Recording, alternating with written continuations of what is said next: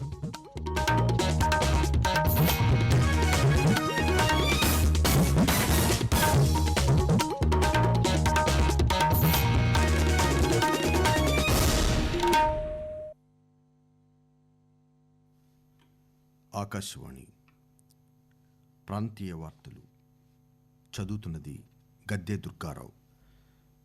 Safe and smart city ప్రాజెక్టులో భాగంగా గచ్చిబౌలిలో నిర్మించిన కమాండ్ కంట్రోల్ అండ్ డేటా సెంటర్ను రాష్ట్ర మంత్రి తారక రామారావు, హోంశాఖ మంత్రి మహమూద్ అలీతో కలిసి ప్రారంభించారు.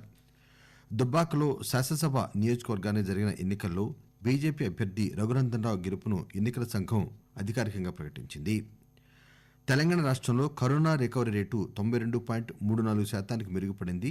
ఇంతవరకు రాష్ట్రంలో కరోనా సోకిన వారి సంఖ్య 2,53,651కు చేరుకుంది.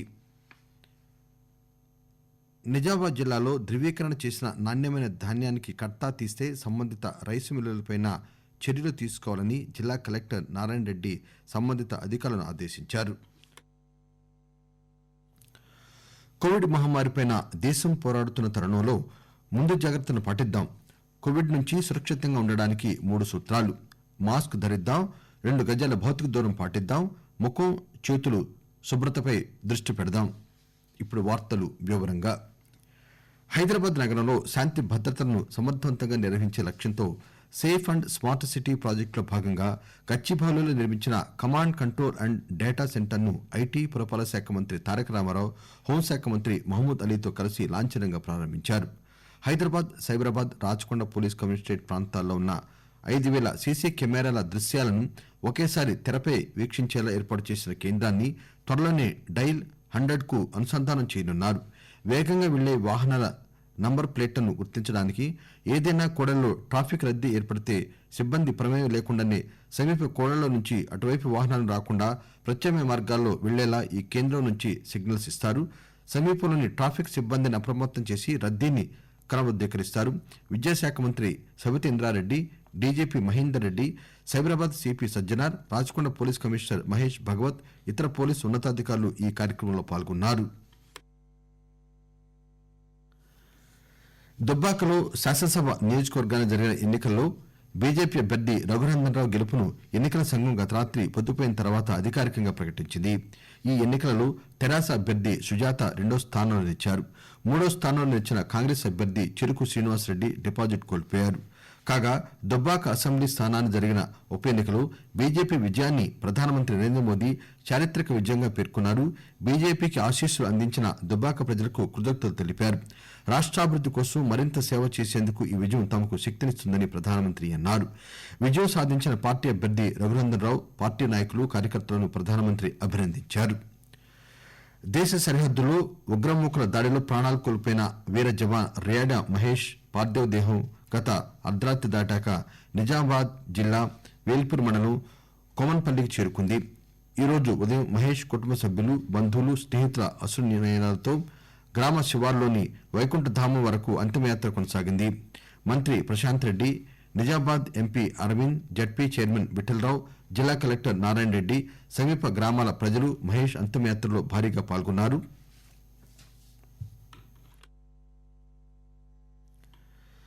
నాణ్యతా ప్రమాణాలు పాటించి వరి ధాన్యం కొనుగోలు చేయాలని రాష్ట్ర అటవీ, న్యాయ, దేవాదాయ శాఖ మంత్రి అల్లోల ఇంద్రకరణ్ రెడ్డి అధికారులు, మిల్లర్లకు సూచించారు. నిర్మల్ పట్టణంలో పౌర సరఫరాల సంస్థ ఆధ్వర్యంలో వరిధాన్యం కొనుగోళ్లపై రైస్ మిల్లర్లు, ట్రాన్స్పోర్ట్ కాంట్రాక్టర్లు, కొనుగోలు కేంద్ర నిర్వాహకులతో ఏర్పాటు చేసిన సమావేశంలో పాల్గొన్న మంత్రి ప్రభుత్వ నిబంధనలు పాటించి నాణ్యతా ప్రమాణాలకు లోబడి ధాన్యం కొనుగోలు చేయాలని, రైతులకు ఎలాంటి నష్టం వాటిల్లకుండా చూడాలని అధికారులను ఆదేశించారు.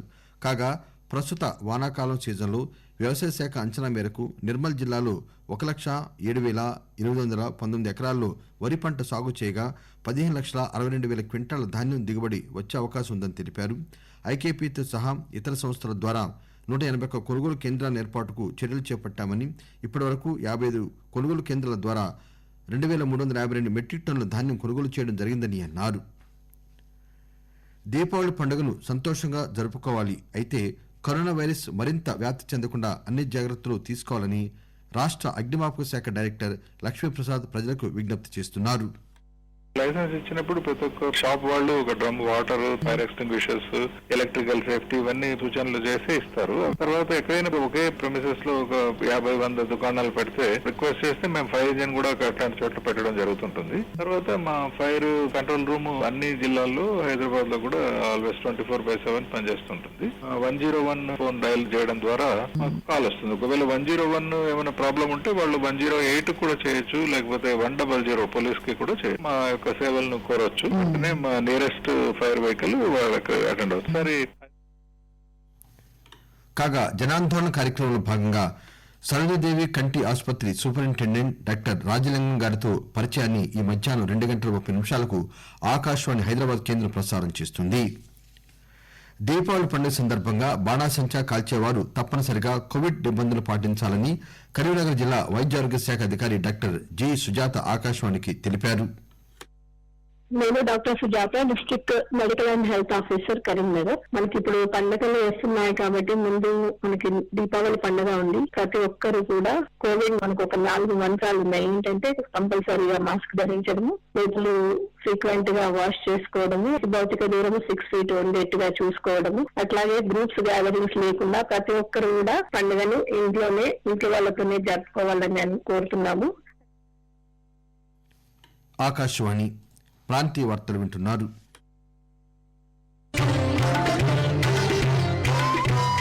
కోవిడ్-19 నుంచి రక్షణకి 3 మంత్రాలు. మాస్క్ తప్పక ధరించండి, 6 అడుగుల దూరం తప్పనిసరి, గుర్తుంచుకోండి, ముఖాన్ని తాకకండి, చేతులు శుభ్రంగా ఉంచుకోండి.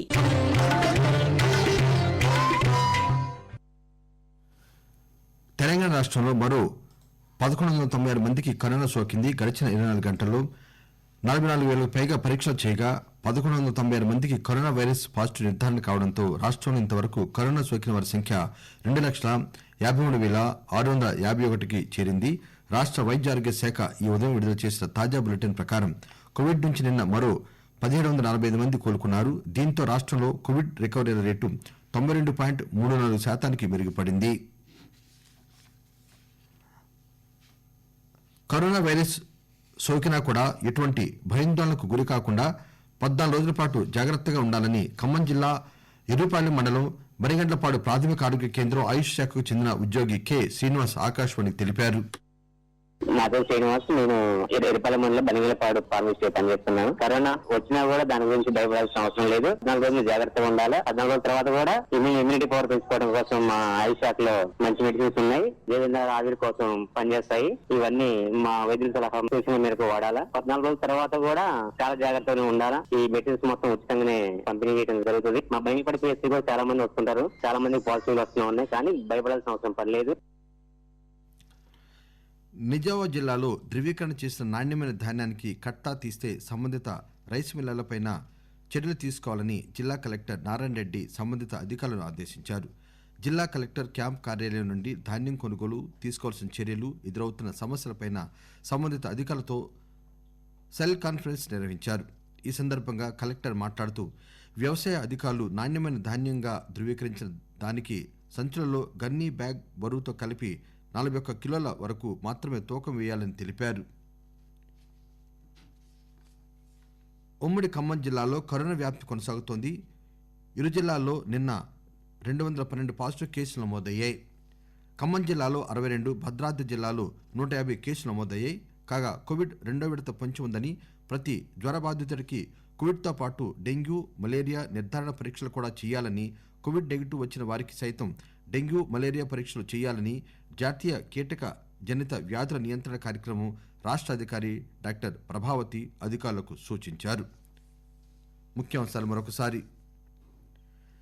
సేఫ్ అండ్ స్మార్ట్ సిటీ ప్రాజెక్టులో భాగంగా గచ్చిబౌలిలో నిర్మించిన కమాండ్, కంట్రోల్ అండ్ డేటా సెంటర్ను రాష్ట్ర మంత్రి తారక రామారావు హోంశాఖ మంత్రి మహమూద్ అలీతో కలిసి ప్రారంభించారు. దుబ్బాకలో శాసనసభ నియోజకవర్గానికి జరిగిన ఉప ఎన్నికలో బీజేపీ అభ్యర్థి రఘునందనరావు గెలుపును ఎన్నికల సంఘం అధికారికంగా ప్రకటించింది.